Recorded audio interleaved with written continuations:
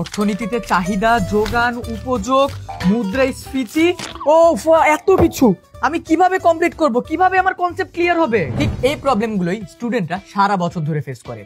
কোন বই পড়লে বেশি বেশি ম্যাথ প্র্যাকটিস করতে পারবে এবং কোন বই পড়লে ওর সকল ধরনের কনসেপ্ট ক্লিয়ার হবে, এই সকল কিছু শেয়ার করব আজকের এই ভিডিওতে। অর্থনীতিতে সকল ধরনের কনসেপ্ট ক্লিয়ারের জন্য আমরা ফলো করব আক্তার স্যারের বই। প্রথমে যদি আমরা চতুর্থ অধ্যায় বাজার টপিকটা দেখি, এখানে বাংলাদেশি বাজারের উদাহরণ দিয়ে খুব সহজভাবে বুঝিয়ে দেওয়া হয়েছে। চাহিদা যোগানের ভিতরে যত ধরনের কমপ্লেক্সিটি সকল কিছু এই বইয়ে চিত্রের মাধ্যমে তোমাদেরকে বুঝিয়ে দেওয়া হয়েছে, এন্ড চিত্রগুলো দিয়ে দেওয়া আছে, এন্ড সকল টপিকগুলো বোল্ড করে করে দেওয়া আছে। তাই এই বইটা তোমার কনসেপ্ট ক্লিয়ার করার জন্য কিন্তু মাস্ট।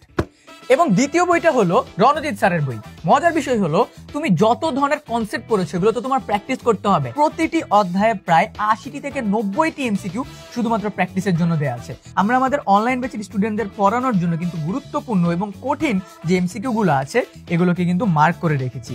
এন্ড দেখো তোমাদের প্র্যাকটিসের জন্য কত কত এমসিকিউ দেওয়া আছে এই টপিক থেকে। এন্ড এই বইটা থেকে তোমাদের বোর্ড পরীক্ষায় কোশ্চেন আসার পসিবিলিটি কিন্তু অনেক বেশি। তোমার অর্থনীতির সকল ধরনের কনসেপ্ট ক্লিয়ার জন্য আক্তার স্যারের বই এন্ড পরীক্ষায় প্র্যাকটিস করে ভালো মার্ক পেতে হলে রণজিৎ স্যারের বইটা তোমার কাছে থাকতেই হবে।